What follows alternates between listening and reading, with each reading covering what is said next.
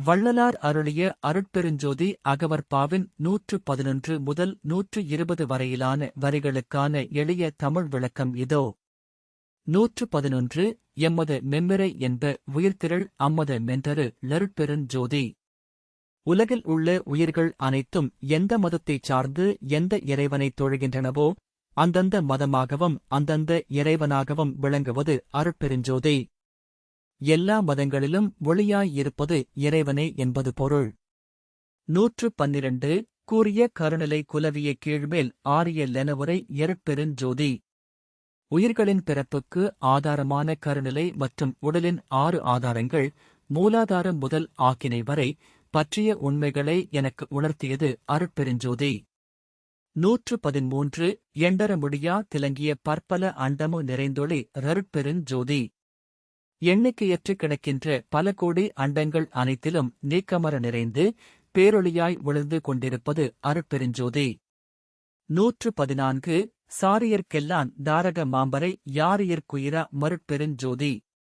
உலகில் உள்ள அனைத்து உயிர்களுக்கும் ஆதாரமாக விளங்கும் பறை எனப்படும் பெரும் சக்திக்கும் அந்த உயிர்களுக்கும் உயிராய் விளங்குவது அருட்பெருஞ்சோதி. 115.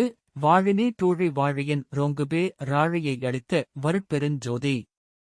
நீ எக்காலத்திலும் நீடிழி வாழ்வாயாக என்று வாழ்த்தி எல்லையற்ற இன்பக் கடலை ஆழி எனக்கு வழங்கியது அருட்பெருஞ்சோதி. 116. மாய்ந்தவர் மீட்டும் வருநெறி தந்திதை யாய்ந்திடன் துரைத்த வருட்பெருஞ்சோதி. இறந்து போனவர்கள் மீண்டும் உயிர் பெற்று திரும்பும் உயரிய வழியை மரணமிலா பெருவாழ்வு எனக்குத் தந்து இதன் நுணுக்கத்தை ஆராய்ந்து அறிவாயாக என்று உரைத்தது அருட்பெருஞ்சோதி. 117. எச்சனை நக்கிலை எல்லாம் பெருகவென்று அச்சன் தவிர்த்தவன் நருட்பெருஞ்சோதி. உனக்கு இனி எவ்விதக் குறையும் எச்சம் இல்லை, உனக்கு எல்லாம் பெருகும் என்று கூறி என் மனதில் இருந்த மரண பயம் உள்ளிட்ட அச்சங்களை நீக்கியது அருட்பெருஞ்சோதி. 118.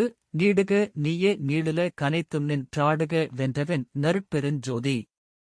நீ அழியாமல் நிலைபெற்று இருப்பாயாக, இந்த உலகம் முழுவதையும் நீயே முன்னின்று நடத்திச் செல்வாயாக என்று எனக்கு ஆணையிட்டது அருட்பெருஞ்சோதி. 119. முத்திரல் வடிவமு முன்னியாங் கேதுரு மத்திர லெனக்கரு லருட்பெருஞ்சோதி. சுத்த தேகம், பிரணவ தேகம், ஞான தேகம் ஆகிய 3